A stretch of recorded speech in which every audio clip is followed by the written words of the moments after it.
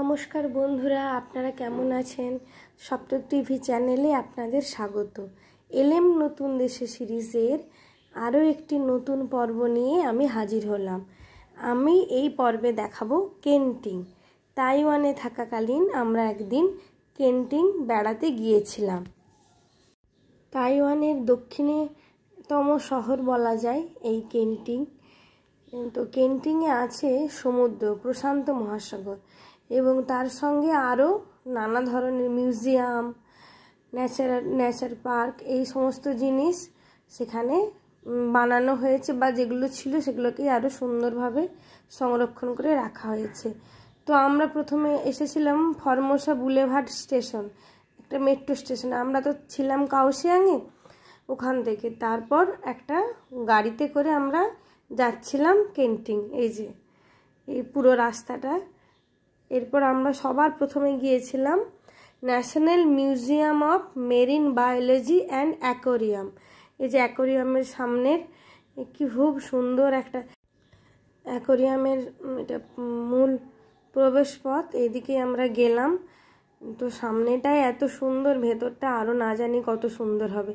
মানে আমরা তো সমুদ্রের তলায় সবসময় যেতে পারি না, সমুদ্রের তলায় কিভাবে জীবজন্তুরা থাকে, মাছ বলুন, আরও তো নানা ধরনের সব জিনিসকে যেমন সমুদ্রের তলায় আমরা দেখতে পাই, ঠিক তেমনই জিনিসটাকে এখানে ওরা তুলে ধরেছে। আমরা একটা ছোট্ট গুহার মধ্যে দিয়ে যাচ্ছি। এবারে দেখুন এই জায়গাটা কি সুন্দর, মানে এটাকে গ্লাস বটম বলে।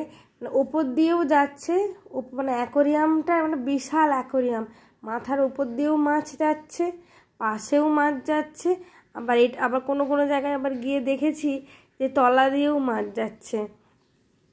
এখানটা হচ্ছে জেলিফিশ।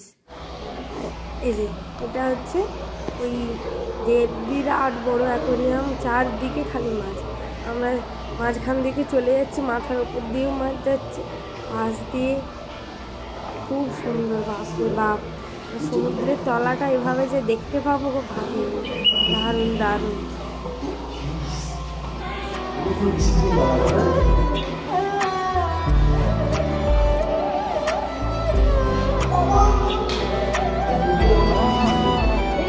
মাছ বেশি, ওটা মাছটা উঠছে, দেখো এই দেখো, ওটা দেখো ঋষি, মাছটা উঠছে, মাছটা উঠছে, মাছটা উঠছে।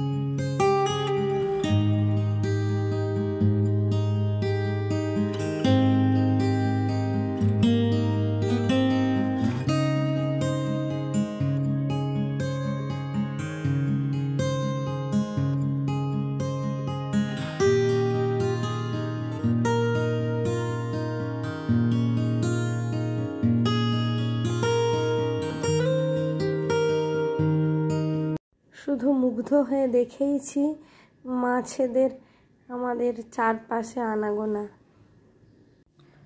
এগুলো এক ধরনের শার্ক, একটু ছোট, কিন্তু এগুলো হচ্ছে এক ধরনের শার্ক।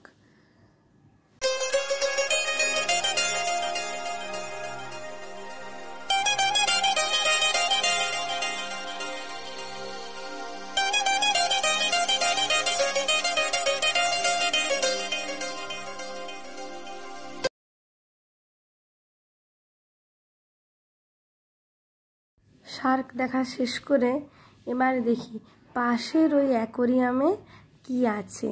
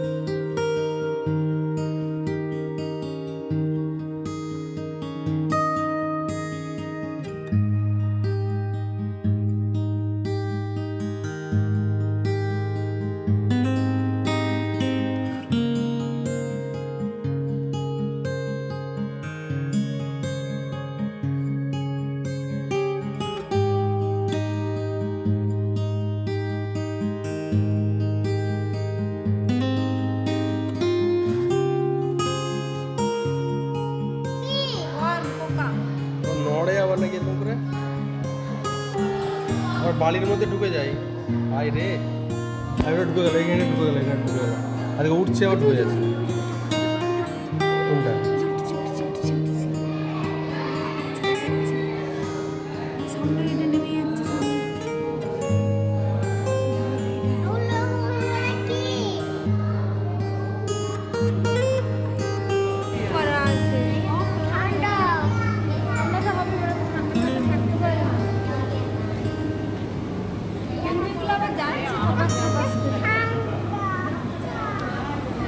পেঙ্গুইনরা যেভাবে থাকে আন্টার্কটিকাতে, এখানেও সেই পরিবেশ সৃষ্টি করেই এদেরকে রাখা হয়েছে। এবার আমরা এলাম কোরাল ওয়ার্ল্ড দেখতে। সমুদ্রের তলায় তো কোরাল থাকে, আমরা সবাই জানি। সেই কোরালগুলো সমুদ্রের তলায় কিভাবে থাকে এখানে দেখানো হয়েছে।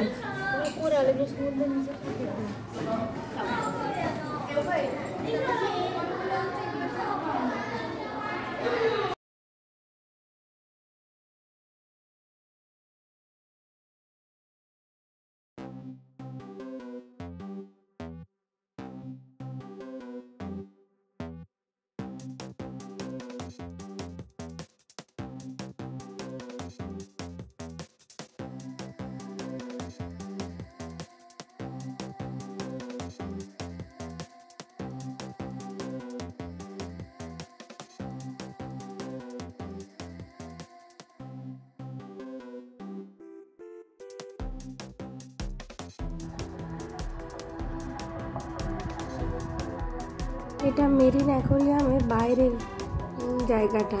কি সুন্দর, সামনে প্রশান্ত মহাসাগর আর বিশাল চত্বর জুড়ে এই মেরিন অ্যাকোরিয়াম।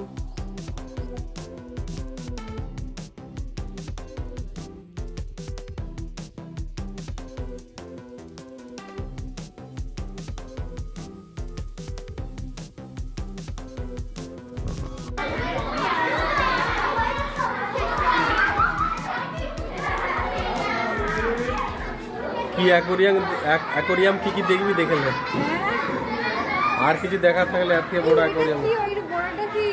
কোনটা? টানেলের মধ্যে দিয়ে এলে তো, টানেল করা আছে।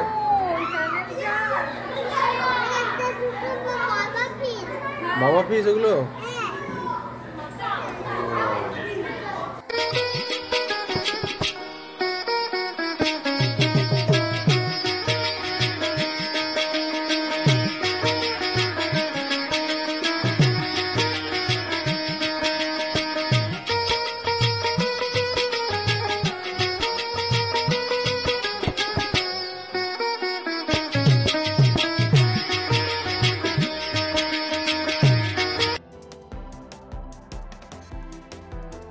মেরিন অ্যাকোরিয়াম দেখা শেষ করে আমরা চলেছি আমাদের পরের ডেস্টিনেশন, পরের ট্যুরিস্ট স্পট।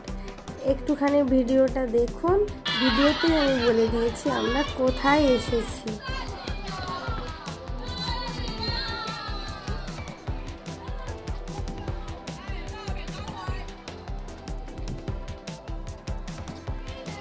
ইলুয়ান বি পার্ক কাওসিয়াংয়ের তো বটেই, তাইওয়ানের দক্ষিণতম প্রান্ত হলো এই ইলুয়ান বি পার্ক। এখানে এই পার্কটির সাথে সাথে আছে লাইট হাউস, লাইট হাউসের ওপারে আছে সমুদ্র।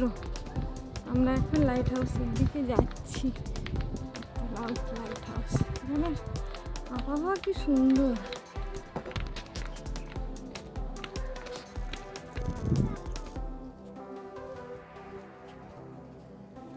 এখানেও পিছনে দেখা যাচ্ছে প্রশান্ত মহাসাগর। আমরা ক্রমশ উপরের দিকে উঠছি, আর পিছনে যে নীল রঙের প্রশান্ত মহাসাগর, এত অসাধারণ দৃশ্য সামনে শুটিং হচ্ছে। এই সেই লাইট হাউস, এখানেই আমরা এসেছি। এবার এখান থেকে ফিরে যাব। हम जो चलने लगे हैं ये रास्ते, मंजिल से बेहतर लगने लगे हैं ये रास्ते। खो जाए हम, हो जाए हम यूं लापता। দুপুরে লাঞ্চ আমরা নিলাম একটা বড় ডিম ভাজা, তার সঙ্গে চাউমিন, আর ওটা কেকটাই যেন খাবার ওই পকোড়ার মতো, তাতে সস ডুবিয়ে দিয়েছে। এটা নিয়েই খেলাম, বেশ ভালোই লাগলো। আমরা এবার চলেছি নেচার পার্ক। মানে প্রকৃতি যে এত সুন্দর হতে পারে, মানে প্রকৃতিকে ঠিক রেখে বাকি জিনিসগুলোকে ওরা সাজিয়ে নিয়েছে। আমরা আবার সেই সমুদ্রের ধার ধরেই চলেছি, মানে একদম সমুদ্রের তীর ঘেঁষে, পাশেই প্রশান্ত মহাসাগর। মানে ভাবি যে সুনামি হলে এই সমস্ত রাস্তাগুলো একদম ডুবে যায় আর প্রচুর ক্ষয়ক্ষতি হয়। হারিয়ে যেতে যেতে অজানা সংকেতে ছাড়িয়ে গেছি সেই পথ, কখনো মেঘে ঢাকা, কখনো আলো মাখা, ভুলেছি ভবিষ্যৎ। হারিয়ে যেতে যেতে অজানা সংকেতে ছাড়িয়ে গেছি সেই পথ, কখনো মেঘে ঢাকা, কখনো আলো মাখা, ভুলেছি ভবিষ্যৎ।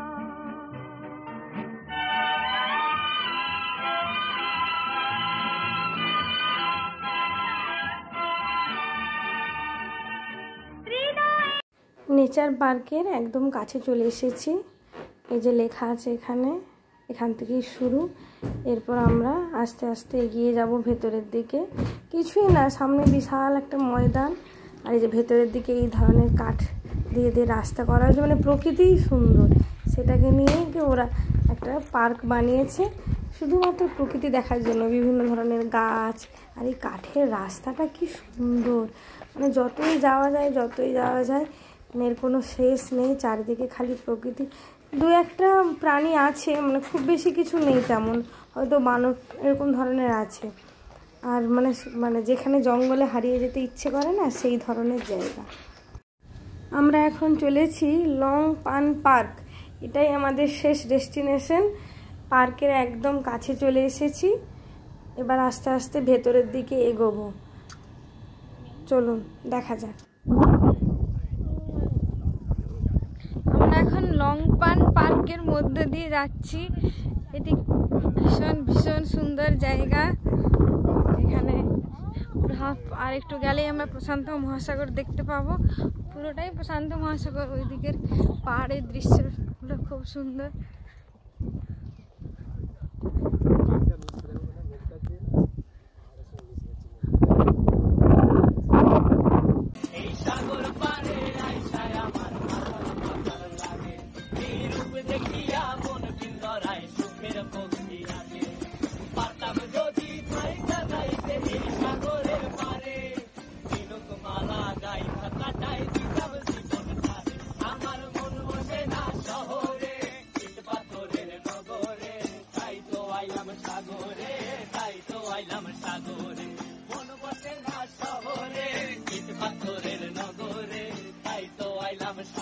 আমরা ফিরে চলেছি যেখান থেকে এসেছিলাম, সেই কাউশিয়ংয়ে।